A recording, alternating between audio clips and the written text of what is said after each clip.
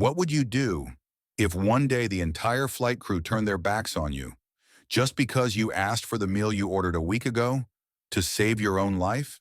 Not because you were loud, not because you caused a scene, but simply because you didn't look like someone who belongs in first class. And then when you show proof, they say you're being disruptive. When you speak up, they mark you as a threat. And when you stay silent, the entire plane is forced to turn around. Does that sound absurd to you? It does to us too. And that's exactly what happened to Malik Rhodes. A quiet, well-mannered man boarded a plane wearing a gray hoodie, holding a first-class ticket, a medically required special meal to prevent anaphylactic shock, and a truth so powerful, it forced the entire airline industry to look in the mirror. Malik Rhodes had never liked attention. Despite being at the helm of one of the world's most influential cybersecurity companies, the 45-year-old man had always moved like a shadow, quiet, efficient, and inconspicuous. Orion Data Systems, his brainchild, was dubbed by investors as an invisible hurricane, silently acquiring strategic security firms from Europe to North America, restructuring government and corporate data infrastructures without ever setting up a formal headquarters in any city. Malik didn't appear on magazine covers, didn't speak at CES, and had no public social media accounts. To him, invisibility was power. But that morning, at Gate 17 of Schiphol International Airport in Amsterdam, a woman's stare made him realize, sometimes invisibility can't save you from prejudice. Flight SL-309 on Skylance Air, a premium airline vying with Emirates and Lufthansa, was one of the most expensive routes, a nonstop from Europe to New York, catering to high-level executives and political elites. Malik favored this route for its silence, its carefully vetted passenger list, and its specialized support system, something he relied on due to a life-threatening cashew allergy. A single trace of residue on a spoon or a whisper of nut oil in a standard meal could constrict his airway in minutes. It wasn't a preference, it was survival. That's why his assistant, Adrian, a man obsessively meticulous to the point of pathology, had pre-ordered the special meal 7 days in advance, confirmed it by email 3 times, called VIP services twice more, and even sent a full list of forbidden ingredients directly to Skylance's head chef at their catering facility. That morning, Malik wore a charcoal Loro Piana hoodie, cashmere fabric 10 times the price of a typical suit jacket, but with no visible logo, white sneakers with silver trim, slim-fit joggers, and a matte gray carry-on suitcase. No one would guess he was a tech billionaire, and that was intentional. Malik didn't want to be identified as the boss. He just wanted to live, fly, and work without being sorted. But as he walked past the business class section and entered first class, where only 6 seats were arranged in a 1-1-1 layout, the first look he received wasn't the professionalism Skylance was known for, but rather an up-and-down scan with slow deliberation, like an outfit inspection. The blonde woman stood upright like a naval officer. Her uniform was so crisply pressed it looked glued. A metal nameplate on her chest read, D. Myers. Donna Myers. Malek had never heard the name, but the way she watched him wasn't that of a flight attendant at work. It was how someone would assess a suspicious subject, not because he was in the wrong place, not because he was being rude, but because he didn't look like someone who typically occupied Seat 1C, the rare spot directly facing the cockpit door. Malik slid his suitcase into place, pulled out his headphones, and sat down, settling in just like he had hundreds of times before.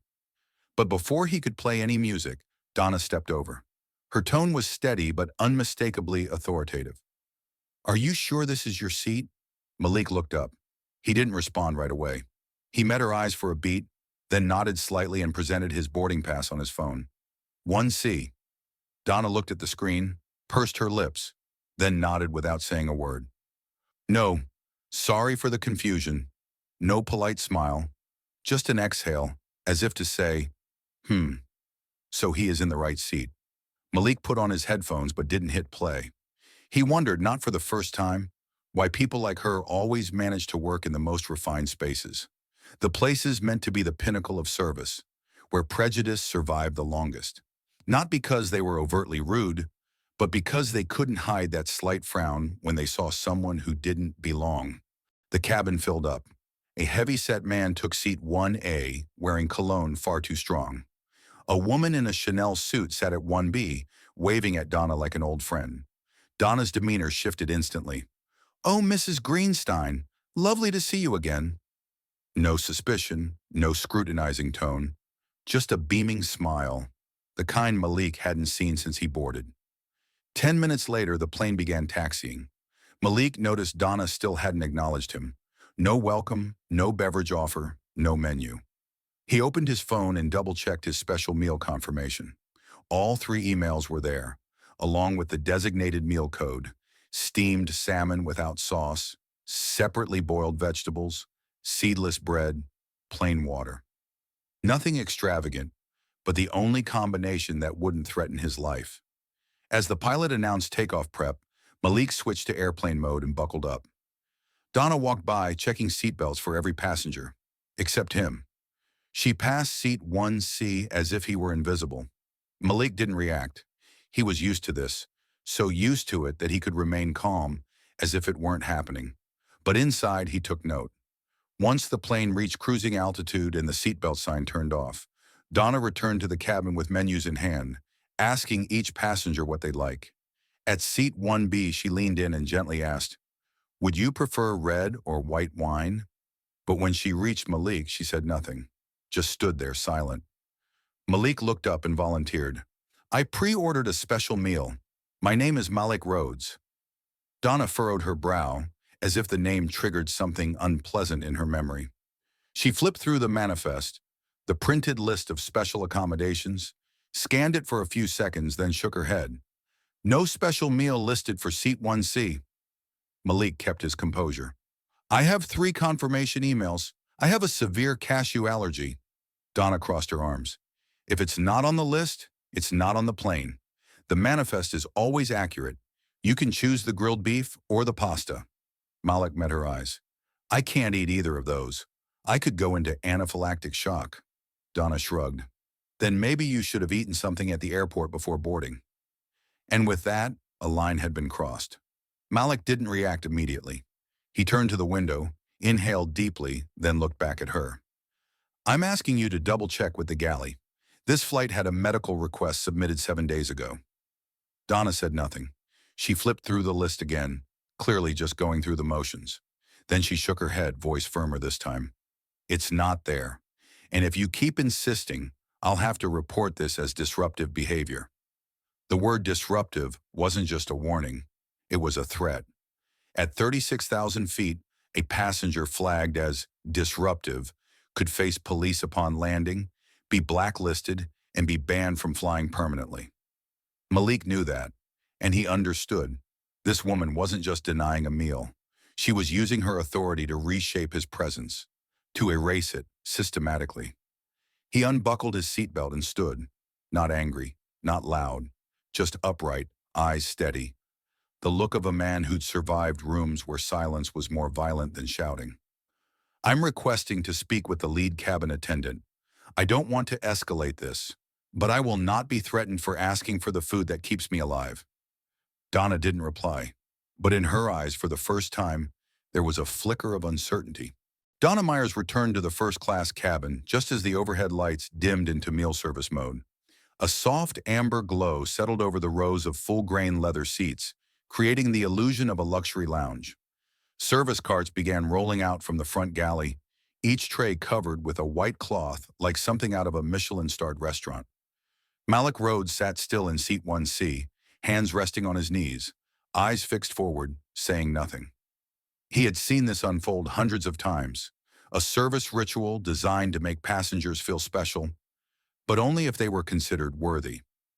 Donna started at seat 1A, addressing the overweight man as Mr. Thornwell, and greeting him with a smile warm enough to sell him extra insurance. "Lamb again, sir?" she asked, pouring red wine as if she'd trained with a sommelier at the Ritz Paris. Then she moved on to seat 1B, where Mrs. Greenstein waited with her napkin folded neatly on her lap. Donna leaned in gently. "Would you like to try the Japanese tuna today? We used gluten-free soy sauce just like you asked last week." Everything felt personalized, except for the man in seat 1C. Donna passed by Malik without a glance, as if no one occupied that seat. No menu, no greeting, no question. He was a blank space on the service map she had drawn in her mind. Malik waited. 1 beat, 2. Long enough to realize this wasn't a mistake, it was a choice. He slowly turned, removing his headphones. "Excuse me," he said, voice calm and low. "I pre-ordered a special meal. I'm wondering if it's been prepared." Donna stood 2 steps away. She didn't fully turn, just tilted her head slightly toward him, as if being interrupted in the middle of an art performance. "Name?" Malik didn't flinch. "Malik Rhodes, seat 1C." Donna pulled the manifest from her pocket, flipping through its pages like she was searching for a typo in a government document. Her lips tightened as her fingers slid down the list of names. She stopped at a line, then lowered the paper. "There's no special meal listed for seat 1C. Malik had anticipated this response, but the slight pause in his breath revealed a flicker of hope had still lingered. "I have confirmation via email. This is a medical requirement, not a dietary preference." Donna nodded once, cold as ice. "I understand, but if it's not in the manifest, it's not on the aircraft." Malik pulled out his phone, opened the folder titled Flight SL309/dietary, and turned the screen toward Donna, displaying a thread of confirmation emails from Skylance's VIP services team. Donna glanced briefly, then immediately rolled her eyes. "I can't verify emails. I go by the manifest. You can choose from today's menu." Her tone shifted into the default minimum service required setting. Malik still remained composed. He'd encountered people like Donna before, on corporate boards, at cocktail parties, and even within Orion's own conference rooms. People who believed appearances defined social rank, and if they misjudged yours, the fault was yours for not looking the part. He spoke slowly. "I have a severe cashew allergy. I carry an EpiPen. The standard menu isn't safe for me." Donna shrugged like he'd just asked for an extra pillow, not stated a life-threatening risk. "If you don't want a main course, we have plain bread and mixed greens. But I can't guarantee their purity. The central kitchen follows standard procedures." Malik nodded slowly. "So, you're refusing to check again?" Donna began to lose patience. "I already told you. There's no meal listed for you in the manifest, and I can't conjure meals out of thin air." A young male attendant nearby, likely new or simply not yet desensitized to scenes like this, looked up at Malik with a hesitant expression. He paused, then softly offered, "I can check again with the rear galley." But Donna raised her hand to stop him, eyes locked on Malik. "No need. I've already checked. We don't serve custom meals just because someone brings an email. If everyone did that, what then?" That statement, more than the denial itself, was a rejection of identity. Malik understood clearly. In her eyes, he wasn't a trustworthy passenger. He wasn't someone the system was designed to accommodate. He was an inconvenient exception, someone asking for something special without having earned it. Malik quietly held up his phone again, scrolling to the next email. This one showing a screenshot of the meal confirmation, stamped with Skylance's digital seal. "I could forward this to the ground team, or you could verify it with the lead cabin attendant." Donna didn't look at the screen. She looked directly into his eyes, her stare like frost. "If you're that worried, you should have eaten in the lounge before boarding." Malik remained seated. No reaction, no grimace. But inside, her words echoed like a slap. Not because of the food, but because of the message. Donna wasn't just denying him. She was implying he shouldn't have been here in the first place. Everything about her, her eyes, her tone, her posture, suggested that seat 1C belonged to someone else. Someone who looked like the other passengers, someone who didn't bring complications, someone who wouldn't require her to double-check procedures. Malik glanced over her shoulder and saw the young attendant avoiding his gaze, still holding the food tray for seat 1D. No one stepped in. No one dared challenge Donna. She was the kind of crew member airlines kept for her experience. She knew all the internal codes, all the protocols that protected her authority. Malik felt the air thickening, that familiar discomfort of walking into a boardroom and sensing the stares because you're the only one not in a tailored suit. No one says it aloud, but the whole room speaks. He inhaled deeply, His throat was dry. Emotions stirred beneath the icy surface of his self-control. "So, let me make sure I understand," he said, voice level as if clarifying technical specs. "You're refusing to recheck a medically confirmed meal request because it's not in your printout?" Donna nodded. "Correct. And if you keep pressing this, I'll have to include it in the flight report." Malik nodded slightly. "Thank you. I'll speak with the lead cabin attendant. No need to trouble you further." Donna didn't respond. She turned away and continued serving meals to the other seats as if nothing had happened. Malik leaned back, opened his phone, and navigated to Sky Lance's emergency contact section. He didn't want to call anyone. He didn't want a scene. But he understood.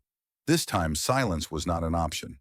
Because silence is what convinces people like Donna that they have the right to say, "If you're that worried, you should have eaten in the lounge." Donna Myers returned to the first-class cabin with a gait more rigid than usual. The food trays had been distributed, and the pristine white napkin in her hand was folded neatly, like a symbol of a task completed. But there was no satisfaction in her eyes. They were taut, like a drawn string waiting for the precise moment to snap. She stopped right in the middle of the aisle and turned to look at Malik Rhodes, the man sitting silently in seat 1C, eyes still on his phone screen.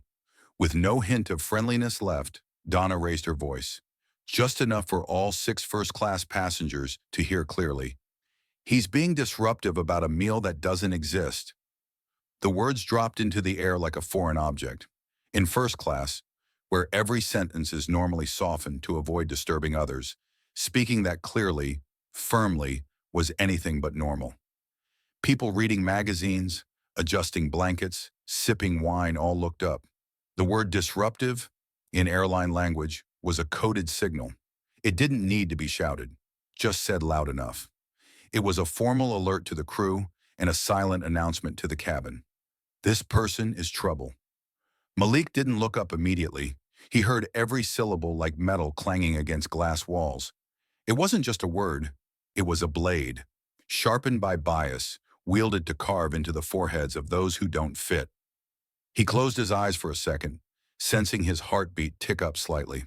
Not out of fear, but anger, exhaustion, knowing exactly what would happen next.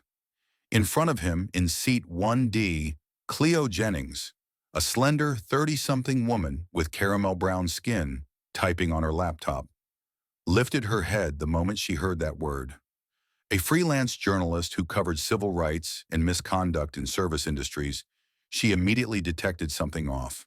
A man sitting calmly, not shouting, not being threatening, simply asking about a meal, was being labeled disruptive. She gently lowered her laptop and, with her other hand, opened a voice recording app. No noise, no filming, just sound, for verification later. She had learned that modern discrimination was rarely overt. It happened in procedures, in tones, in carefully chosen vocabulary. Donna, unaware of Cleo's gaze, continued speaking to another nearby attendant, her voice still loud and steady, as if issuing a protocol. "Noted in the report. Low cooperation level. Passenger refuses to comply with crew instructions." Only then did Malik turn his head. His eyes met Donna's. There was no anger, no fear, just hollowness. As if he'd heard this line 10,000 times, and by now it was just a variation on an old tune. He removed his headphones, placed them gently on the table, and spoke in a voice clear but not raised. "I haven't raised my voice. I haven't refused any instructions. I only asked about a medically confirmed meal." Donna smirked faintly. "You repeated the issue several times after I answered. That's considered non-compliance." Malik looked at her, then at the young male attendant still standing at the back of the cabin, visibly pale. He gave a small, wry smile. "So now, being quiet is considered non-compliance?" No one responded. No one dared. Malik slowly leaned back in his seat. He recalled the last time he'd been labeled disruptive. It was in a telecom boardroom in Germany, during negotiations to acquire their cybersecurity infrastructure. When he raised a question about regional cost disparities, a topic no one else had dared touch, their platinum-haired CFO cut him off. "Mr. Rhodes, the way you're pushing this issue is disruptive to the flow of negotiation." He hadn't shouted. He hadn't slammed the table. He'd merely asked the right question. And still, the label was applied. That almost sank the deal until Malik personally called their CEO and demanded a private conversation. Now, in the sky between Amsterdam and New York, the label had returned, branded by a woman he hadn't disrespected, by a system that trusted appearance more than actual authority. He glanced toward Cleo. She was looking at him, her gaze steady. It wasn't pity, it was recognition. A quiet message. I see this. I'm recording it. Donna moved toward the front of the cabin, pulled out a report form from a document drawer, and began writing. Malik didn't care what she wrote. He'd seen those forms enough times in news articles about passengers banned from flying, flagged for unruly behavior, even handcuffed upon landing. In those cases, the system reacted slowly, and the public divided, because all they saw was the label, disruptive. No one asked what led the person there. No one questioned whether the disruption was really just a plea for basic dignity. Malik knew if he stayed silent, he would be boxed in again. But if he spoke out, loudly, defiantly, assertively, he'd be exactly what Donna wanted him to be, an emotional black man who couldn't control himself. That was the trap, and he'd learned not to fall for it. But this time, silence wasn't enough to save him. He was already on the list. Cleo spoke up gently, as if asking for passenger assistance. Excuse me, sir. I'm sorry to intrude, but would you like support verifying the information with the airline? I can confirm you've remained calm from the very beginning. Malik looked at her. A brief moment, but enough to convey unspoken gratitude. He nodded. Thank you, but I'll handle it internally. I know exactly who to call. That wasn't a boast. It was a declaration, I'm not alone. Donna heard it, and she began to hesitate, because up until now she'd treated him like a passenger, not worth the effort. She hadn't imagined that the man in the hoodie in seat 1C might be someone who knows exactly who to call. But the disruptive report was already filed, and this journey, slowly, was heading toward a twist she hadn't seen coming. Malik Rhodes didn't make the call right away. He sat quietly in seat 1C for nearly 15 minutes after being labeled disruptive. Outside the plane's window, the sky had deepened to a dark navy hue, with clouds gliding past like silent slabs of ice. Inside his head, everything remained clear. No explosive anger, no impulsive reaction. Just one simple truth. This time, he couldn't let it slide. Donna Myers had crossed a line that was not acceptable. Not just because she denied his medically necessary meal, but because she had wielded her authority arbitrarily to turn a legitimate request into a threat. Malik calmly removed his headphones, slipped them into his bag, and pressed the call button. Before long, a tall man with salt and pepper hair in a navy blue uniform appeared. His eyes showed a hint of caution, as if he had already been briefed internally about the situation. The nameplate on his chest read, E. Gaines. Edward Gaines, lead cabin attendant. Malik nodded. I'd like to speak directly with the highest-ranking crew member on this flight. I believe this is no longer just a meal issue. Edward returned the nod and leaned in slightly. Hello, sir. I'm Edward Gaines. Is there something wrong? Malik spoke slowly and clearly. My name is Malik Rhodes, seat 1C. I have a severe allergy to cashews. My special meal was ordered 7 days in advance, confirmed 3 times, and I have documentation. However, flight attendant Donna Myers refused to verify it and labeled me as disruptive. Edward paused. He glanced toward the front of the cabin, where Donna stood with arms crossed, her gaze sharp as a fruit knife. It was clear he'd been warned. Still, he tried to maintain neutrality. I'm very sorry for the inconvenience, sir. Let me check the manifest and speak with the crew. Malik pulled out his phone and opened an email folder. I can send you the confirmation. It includes the order ID, responses from Skylance's specialty services, and clear notes that this is a medical request. Edward raised a hand gently as if trying to de-escalate. I'm not doubting you, but I'll need to confirm the information through our internal systems first. Please give me a moment. Malik nodded. At least Edward maintained professionalism, unlike Donna. But Malik's eyes stayed fixed on him as he walked to the front of the cabin. Inside the small galley area, a hushed conversation unfolded between Edward and Donna. Malik couldn't hear the words, but he could clearly see their facial expressions through the reflection on the metal cabinet door. Donna spoke rapidly, pointing at the manifest. Edward nodded at first, then furrowed his brows as he read something. Donna folded her arms and took a step back, as if to say, "See? I told you." When Edward returned, his neutral expression had faded. He looked mildly conflicted, a little reluctant. "I checked. Unfortunately, there's no record of a special meal for Seat 1C. The central kitchen didn't send anything under special instructions." Malik held up his phone, the screen glowing. "I have the email. This is confirmation from Skylance Premium Services. I can forward it right now." Edward looked at the screen, eyes flickering. "I believe you. But per protocol, if it's not in the manifest, attendants aren't allowed to serve alternate meals. Technically, it's a safety violation." Malik kept his tone even. "And I'm telling you that not serving a meal aligned with a medical request is also a safety violation." Edward swallowed hard. "I understand, but I can't summon food out of thin air. If the meal isn't on board," Malik cut in, "that's not the question. The question is why your crew didn't follow proper escalation when asked to verify. She didn't check with the galley, didn't ask a supervisor. She simply denied it and labeled me disruptive." Edward paused. "I can't comment on that until we land and can review the full records, but I'll note your complaint." Malik stared him straight in the eyes. "And I'll be noting your inaction." The air between them froze. Malik knew Edward was in a tough position. He didn't want to challenge a colleague with more than 20 years in the industry. But he also couldn't deny that Malik had clear evidence. Edward finally said, "I can offer you one of the standard meals if you're comfortable with it." Malik shook his head. "I've made it clear. I have a severe allergy. I can't eat anything that hasn't been prepared under specific protocols." Edward tried to keep his voice calm. "We do have salad, juice, prepackaged bread." Malik closed his eyes briefly, then opened them, voice lowered. "Do you understand this isn't about preference? It's about survival." Edward fell silent. In that moment, he no longer seemed like the lead attendant. No title, no authority, just a man standing before a passenger asking to stay alive. And yet he did nothing. Malik knew he wouldn't, because the system wouldn't let him. The system wasn't built to protect people like Malik.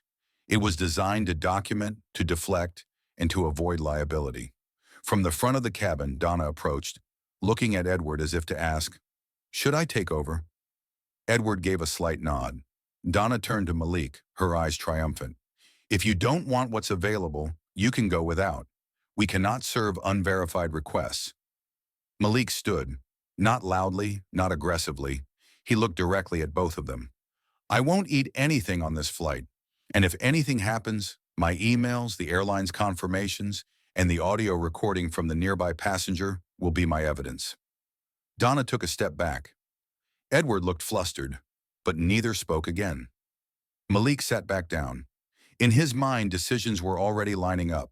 There were calls to make, people to confront, not out of vengeance, but for the clearest reason of all: this system, the one so proudly hailed as the gold standard in aviation, had chosen silence. And this time, Malik would not stay silent for them. Malik Rhodes glanced at the time on the seat's leather armrest control panel. 1:14 p.m., Frankfurt local time, meaning it was nearly 6 a.m. in New York. The plane was cruising steadily at over 35,000 feet, and the first-class cabin was quiet, except for the soft hum of the ventilation and the occasional clink of glass as attendants reset trays. Donna hadn't returned. Edward Gaines had vanished into the back galley. But Malik knew this silence wasn't the end. It was the staging ground for a report that could define the entire flight. And if he did nothing, the story would be written without his version. This time, he wouldn't let that happen. Malik reached into his leather bag and pulled out a small matte black device, shaped like a thick power bank. It was a personal satellite phone, something he always carried on transoceanic flights, not out of fear, but as a safety habit from someone who'd had to handle crisis situations in the middle of the sea. He didn't turn it on right away. He looked around the cabin again, ensuring no one was watching, then flipped the lid and powered on satellite mode. The signal locked within 8 seconds. A small series of dots lit up in the upper left corner of the screen. He opened his contacts and tapped a single name: Noah Bannister. Noah wasn't just Malik's best friend since college. He was also the CEO of Altharium Capital, the private equity firm that owned 41% controlling stake in Skylance Air. A call to Noah wasn't just calling a friend. It was pulling a fire alarm inside the highest tier of the airline's executive system. Malik waited through one ring. Just one. Noah's voice came in quick, sharp, and surprisingly alert. Malik, you're calling on sat phone? What's going on? Malik didn't lead with pleasantries. I'm on flight SL-309, Amsterdam to JFK, seat 1C. I've been denied my pre-confirmed medical meal. When I asked for verification, the attendant called me disruptive, and the lead flight attendant took her side. I don't feel safe anymore. There was a beat of silence. Malik knew that silence. Noah's brain had already shifted into crisis management mode. No wasted questions, no immediate apologies, just silence. Then calmly, Noah asked, "Name of the attendant?" "Donna Myers. Blonde, about 50, commanding tone. She's clearly the one in charge. The lead attendant is Edward Gaines." "Did she explicitly say she would report you as disruptive?" "She said it loud enough for the whole cabin to hear. She used the word disruptive directly. There's a passenger recording. I didn't raise my voice. I didn't argue. I asked for my meal." "You have confirmation of the meal?" "3 emails, fully documented." "All right, give me 2 minutes. Stay on the line." The call ended abruptly. Malik leaned back. His heartbeat didn't spike. His hands didn't tremble. But something inside him, some long-contained emotional core, began to shift. It wasn't anger. It was clarity. A realization. He'd been tested enough by the system. Across the Atlantic, in Altharium Capital's headquarters in Manhattan, Noah Bannister stood from his meeting table. He pulled his laptop closer and opened Skylance's global flight control interface. A few quick commands pulled up the flight dashboard for SL-309. In flight, over Norwegian Sea, ETA 7:48 a.m. EST, he picked up a second phone, an internal line. "Connect me to Global Ops Command at Skylance HQ. Direct to Jonathan Vick. Flag it level 2 emergency." Within 40 seconds, a beep sounded. "Vick speaking." Noah didn't introduce himself. "Flight SL-309. Immediate issue. Passenger Malik Rhodes, seat 1C, V Alpha level. He was denied a medically confirmed meal. The flight crew failed protocol verification. Worse, she labeled him disruptive. Publicly." A pause. "I'll contact the captain to check the situation." "No, this is an order. The flight must turn around, return to origin, immediately." "But this is coming from the CEO of the firm holding 41% equity in this airline. I'm speaking to the passenger right now. He no longer feels safe on board. I don't care about logistics, cost, or what it means to hold a passenger. This is an emergency shareholder directive. If it's not initiated in 90 seconds, I'll escalate to the board chairman." Silence, then Vic replied, "Understood. I'll begin diversion protocol and issue captain directive." The line went dead. Malik sat still. His satellite phone buzzed. Incoming call. He answered. "Noah, they're turning the flight. You'll be rerouted to Amsterdam. When you land, Skylance's regional managing director for Europe will meet you at the gate. A private jet will bring you to New York." Malik said nothing for a moment, then simply responded, "I don't want this to become a spectacle." "I know, but they already turned it into one. I'm just rewriting the ending." Malik nodded, eyes turning to the window where the sun had started to tilt across the wing's left edge. At 35,000 feet, no one expects the man in a hoodie, silent, unbothered, to be the one who can command the sky to reverse course. On the cockpit display, the ACARS message arrived at 13:47 Frankfurt time. The data stream was encrypted at internal clearance level, bypassing standard signals. Captain of Flight SL-309, a Swedish man named Lars Nyström with over 30 years of flight experience, read the message in silence. The line was concise. "Return to AMS. Direct order from GO-C. Non-negotiable. Execute immediately." Lars looked at the co-pilot, who had read it simultaneously. They exchanged glances, a silent form of communication between men who had once weathered snowstorms, engine failures over the ocean, and even an emergency evacuation in Ukrainian airspace. But never in their entire careers had there been a turnaround command this direct. No medical incident, No mechanical issue, no reported threat, just a non-negotiable order, and from the highest tier of the global operations chain. Lars nodded. Turning back. Notify ATC. The co-pilot immediately input the reverse flight path into the system. The flight screen redrew the arc, a curve no one had expected. Instead of continuing across the North Atlantic, the Airbus A350 would now arc back toward Europe, slowly reducing altitude to conserve fuel for the unexpected descent. Lars slowly picked up the intercom mic, pressed the button. His voice rang through the cabin like a conductor abruptly stopping a concert to announce a broken instrument. Ladies and gentlemen, this is Captain Nystrom. We regret to inform you that due to a logistical incident related to in-flight service and ground operations, Flight SL-309 will be returning to Amsterdam to ensure operational safety. We sincerely apologize for the inconvenience and will provide updates as soon as possible. In first class, silence held for exactly 3 seconds. Then a wave of murmurs rose. "Wait, what?" said the man in 1A, frowning. "What kind of logistics?" muttered Mrs. Greenstein, turning to ask Donna. At seat 1D, Cleo Jennings sat upright, quietly tapping the record button on her phone, her eyes sweeping the cabin, heart rate rising. She knew this wasn't normal. No airline turns back nearly 2 hours into a transatlantic flight over logistics. Donna Meyer stood near the galley, attempting to mask her true reaction. But in her eyes, satisfaction was unmistakable. She believed she was right. She had said, people like that always cause trouble, and now the plane was turning back. She pressed her lips together, began rearranging meal trays as if restoring order to the universe. In her mind, what had just happened was the ultimate confirmation that everything she'd done, from doubting, to denying, to judging, was justified. She whispered to the attendant behind her, "See? Told you. Passengers like that always cause drama. They act all polite, then demand special treatment, then start demanding rights. And what happens?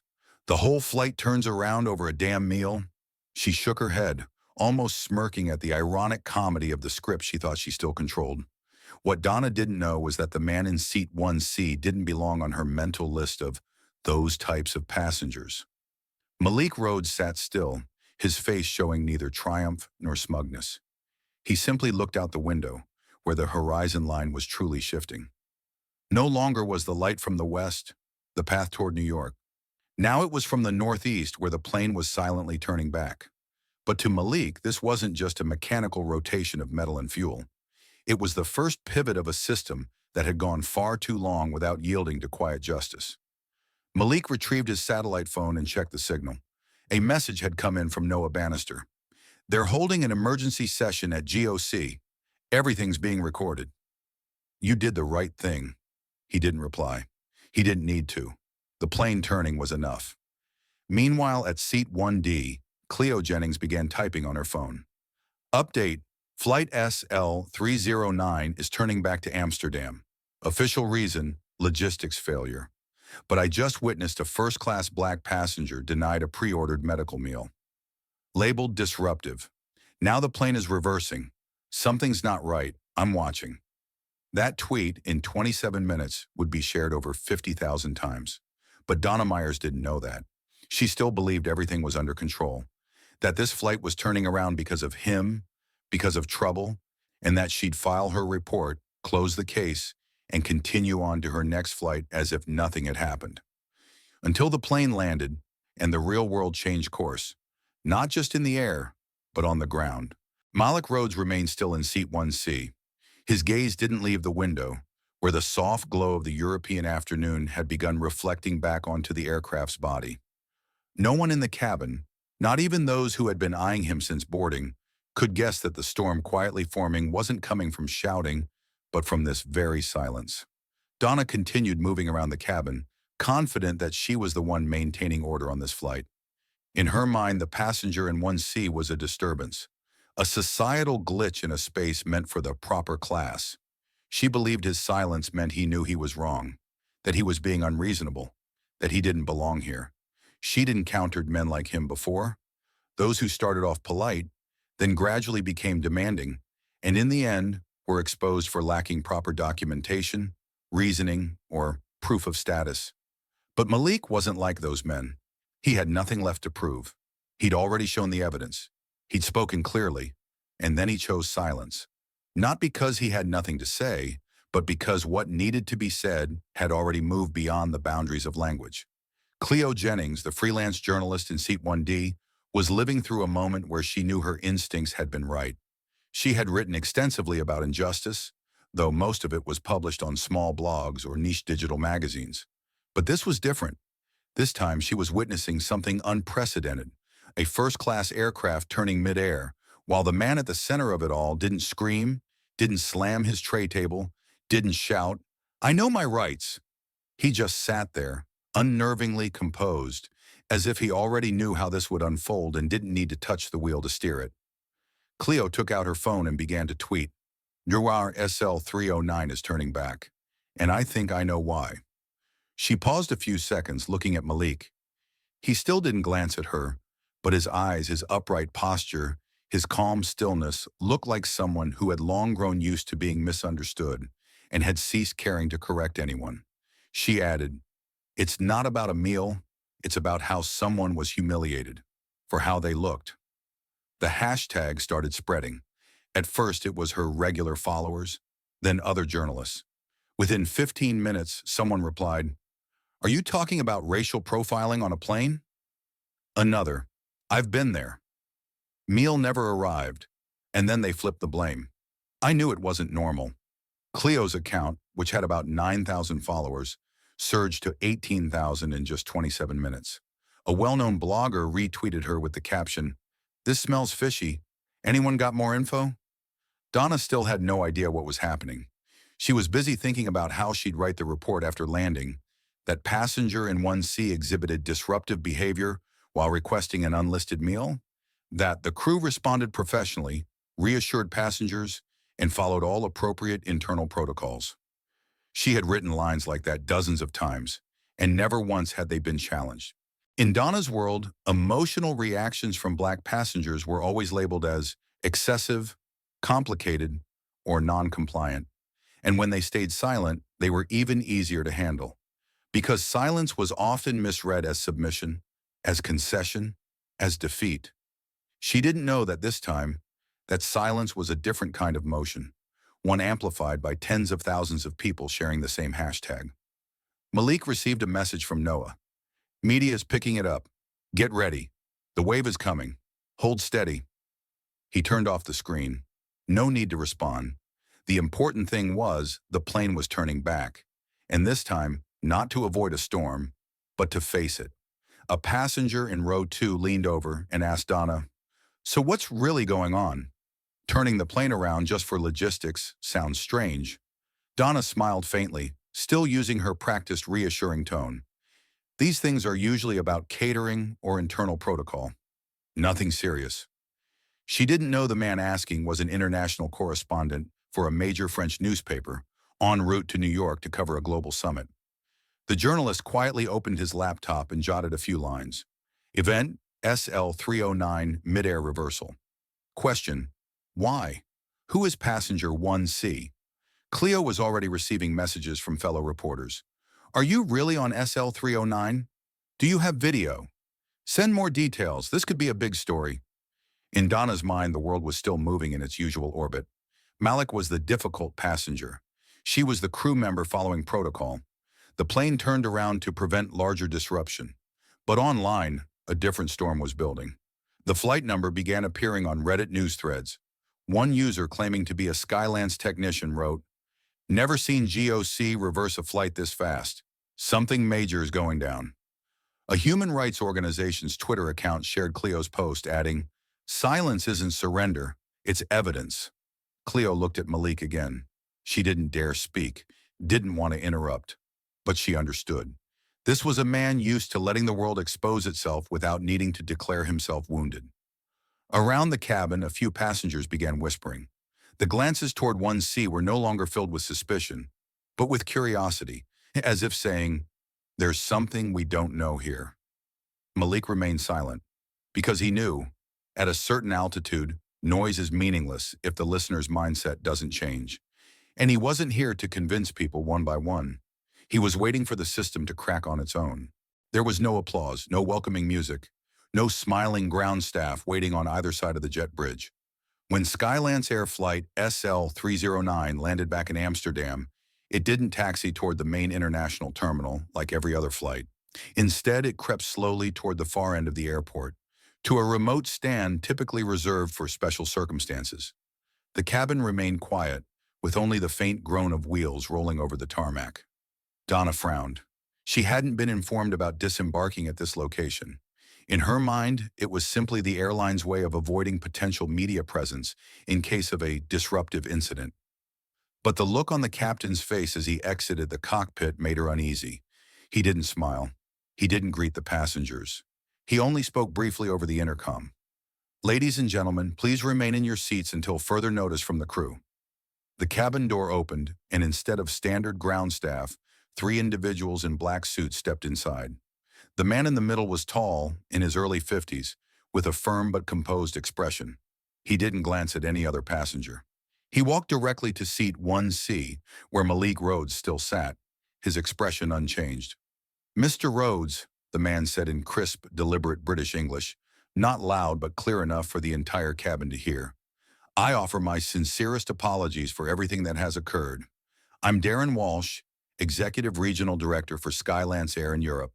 From this point forward, everything will be handled properly." A heavy silence swept through the cabin. No one spoke. No one breathed too hard. The moment the name Rhodes was spoken, it shattered everything Donna had believed to be true. A jolt of electricity shot down her spine. Rhodes. Malik Rhodes. That name was not unfamiliar. Not at all. He was the CEO of Orion Data Systems, the company that had acquired Skylance's entire cloud security infrastructure just 2 months prior. The very same person Darren Walsh had mentioned in an executive meeting saying, "Act with absolute professionalism if this man appears at any of our facilities." And now he was here, in seat 1C, the man she had labeled disruptive. Cleo Jennings could hardly believe her eyes. She didn't tweet anything yet, just started recording audio. Her instincts had been dead on. This was never about a meal. Every moment of the flight now sharpened in her memory. How Donna had looked at Malik, how she denied his meal, how calculated the use of the word disruptive had been. And now, with just a name, just an apology, the entire narrative flipped. Darren gave a slight bow. "Mr. Rhodes, I've already spoken directly with Skylance's global chairman. An urgent directive has been issued. Every crew member involved will be formally investigated. I request permission to escort you off the aircraft privately to ensure your safety and privacy." Malik gave a slight nod, then stood. No words, no glances, no retaliation. And that, more than anything, was what stunned the cabin. That composure. It wasn't the silence of submission, but of someone who knew he never had to prove anything in the first place. Donna stood frozen. She knew things had moved beyond her control. She opened her mouth trying to speak, but nothing came out. The young male attendant beside her quietly lowered his head. He said nothing, but his eyes were filled with dread. Donna had no allies now. Darren turned to the lead crew member. "Suspend all deplaning procedures. No passengers are to move until further instructions." He looked at Malik again. "We've arranged private transportation to take you directly to your hotel or into the city center, whichever you prefer." Malik spoke only one line, calm but clear. "Take me to the regional office." Darren nodded. "Of course." Passengers began whispering. Some started Googling Malik Rhodes. Others asked aloud, "Who is he? Is he really a CEO?" A man in row 3 muttered, "Damn, I read an interview with that guy. He's the one who rewrote the entire NATO cyber framework." A woman said stunned, "Oh my God, I looked at him like he was some kind of scammer. I thought he was in the wrong seat." Cleo posted her next tweet. "Breaking. The man denied his meal, labeled disruptive, and ignored in first class, is Malik Rhodes, CEO of Orion Data Systems." She added, "And he never once defended himself aloud." The hashtag number SL309 became the #1 trending topic in the Netherlands, Germany, and parts of New York within 40 minutes. The press began to call. Journalists, news producers, forum moderators, all jumped on it. Skylance Air faced its worst media crisis since the passenger data breach of 2016. But this time, the difference was, they weren't hacked. They were seen. Malik exited the aircraft alongside Darren and two escort staff. No one stopped him. No one met his eyes. Donna collapsed into her jump seat. For the first time, she didn't know how to write the report. Malik Rhodes stood up. It wasn't an ordinary act of standing. It was a movement heavy with gravity, as if the plane were still flying despite being grounded, as if every word spoken over the past 3 hours had been building toward this moment. He turned slowly to face Donna Myers, the lead flight attendant, and Edward Gaines, the one who had looked away when truth stared him in the face. No more silence, no more pretending, no more offering kindness unconditionally. Malik looked directly at Donna. For the first time since boarding, his gaze was not that of a passenger, nor the calm restraint of strategy. It was the gaze of a man long accustomed to being doubted, dismissed. But this time, he chose not to let it slide. "These two," he said clearly, each word distinct and controlled, yet their echo silenced the entire cabin. "Threatened me, disrespected me, and utterly failed to ensure the safety of a passenger with a severe food allergy." Donna started to respond, but Darren Walsh, the regional executive, had already returned upon hearing Malik's first words. He stepped forward, his tone no longer gentle. "Ms. Myers, Mr. Gaines, effective immediately, both of you are suspended from duty. We will initiate a full, independent investigation into this incident. Until further notice, you are prohibited from serving in any capacity on Skylance Air flights." They both froze. Edward lowered his head, saying nothing. Donna couldn't take it. "I was just doing my job," she yelled, her voice trembling and cracking with fear. "I followed procedure. I didn't know who he was. How could I have known?" Darren didn't answer her, but 3 officers in Navy uniforms from the Dutch Federal Aviation Police, responsible for airport security, entered the cabin from the rear. "Donna Myers?" one of them asked.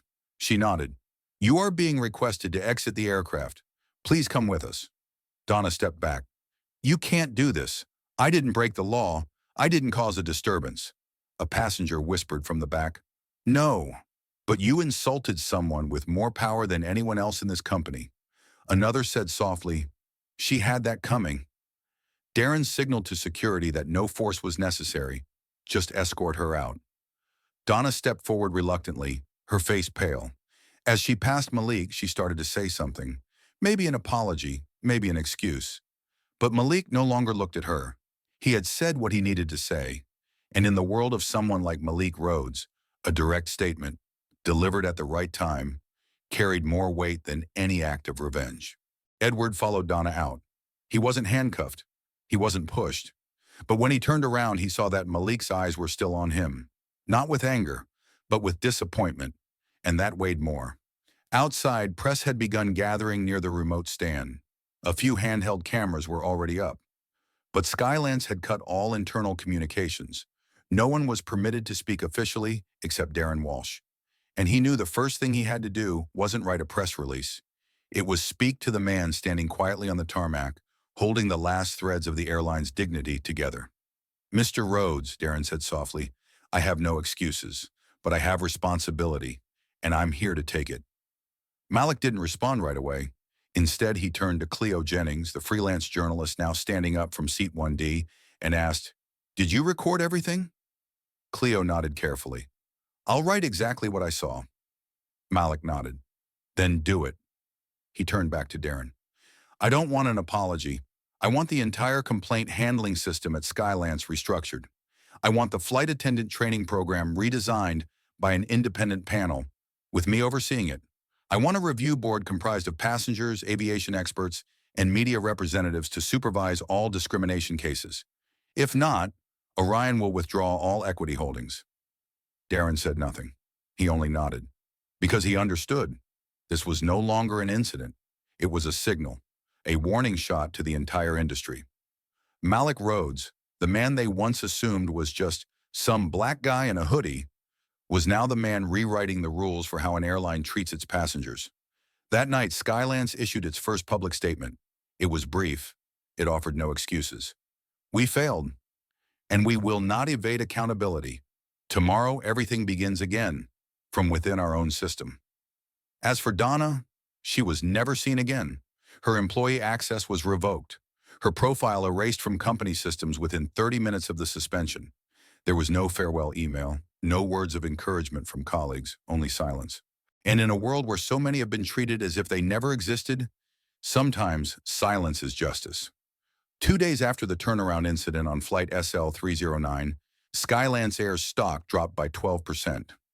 On CNBC, financial analysts called it a major blow to passenger confidence in the post-pandemic era. But Malik Rhodes said nothing. No press conference, no exclusive interview, no angry social media posts. While the media scrambled to capture his response, Malik sat in a private conference room on the 47th floor of the Orion Tower, across from Noah Bannister, CEO of Altharium Capital, and the only man he'd ever called a friend at 30,000 feet. Noah placed a short memo on the table, silver gray cover, minimalist in design. Rhodes Bannister Accord. Are we suing? Noah asked, though it was more of a courtesy than a question. They both knew the answer. Malik shook his head. There's no need to sue. I don't need to win a case to prove anything. What I need is change. And so the Rhodes Bannister Passenger Rights Accord was born. Not a campaign, not a watered-down recommendation, but a fund seeded with $100 million on day one, established to immediately restructure how airlines across the globe approach human rights, food allergies, cultural training, and service language. Within 1 week, all Altharium-affiliated airlines, including Skylance, received a 17-point commitment package. Among its key mandates, mandatory retraining of all international flight crews, with focus on treating passengers from marginalized communities, people with disabilities, and those with critical health conditions. Free EpiPens provided on all flights longer than 90 minutes. Airlines required to process all special meal requests 72 hours in advance, with double confirmation via email and at the boarding gate. Any passenger who experiences discrimination based on appearance, ethnicity, or medical condition has the right to request an independent investigation, with results made fully transparent. All airlines must include at least one equity officer on every flight longer than 6 hours, trained to intervene in tense situations without escalating them. At first, airline CEOs pushed back, calling it overreach into operations. But none dared reject it publicly, pressured by shareholders, passengers, and their own fragile reputations in the wake of SL-309. And Donna Myers? She lived quietly in a small town south of Cologne, Germany, avoiding the media, avoiding social networks. She didn't speak out. She didn't offer a public apology, but news traveled fast within industry circles.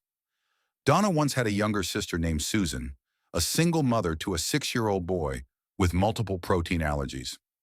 Susan received a strange email from an organization called the Rhodes Bannister Accord, informing her that she had been selected as one of the first 20 recipients of the Parent Advocate Scholarship, a training program for parents of children with severe allergies, aimed at developing them into certified public health safety advisors. The scholarship offered $48,000 per year, covering travel, housing, tuition at the Amsterdam Medical Institute, and all support equipment. Susan was stunned. She called her sister Donna to ask about it, and in that moment, Donna realized that what she had once believed to be her career had not only ended, but had become the launchpad for something greater. Something she no longer controlled, but was still connected to. Donna didn't say much, just one sentence during the entire call. If anyone deserves it, it's you. In New York, Malik was invited to speak at the annual summit of the International Organization for Passenger Safety. He stepped up to the podium. No script, no big screen behind him, just a microphone and a voice, low, steady, each word like a nail hitting wood. I wasn't offended because I didn't get a meal. I was offended because no one even bothered to check before labeling me as disruptive. I don't need anyone to admit fault. I need them to change. And as the audience rose in applause, not out of sympathy, but because they had been awakened, Malik knew he hadn't just turned around one airplane. He had forced an entire industry to change direction. You see, sometimes justice doesn't need to shout. It doesn't need to slam fists on the table or throw a punch. Sometimes all it takes is a single look, calm, unwavering, and a decision so clear it forces an entire system to reevaluate itself. Malik didn't do this for fame. He didn't need a media victory. He simply wanted people like him, like you, like me, to be treated with the dignity we deserve. This story doesn't end at the airport. It begins in the quiet choices we make. When we choose to listen instead of judge. When we choose to speak up instead of looking away.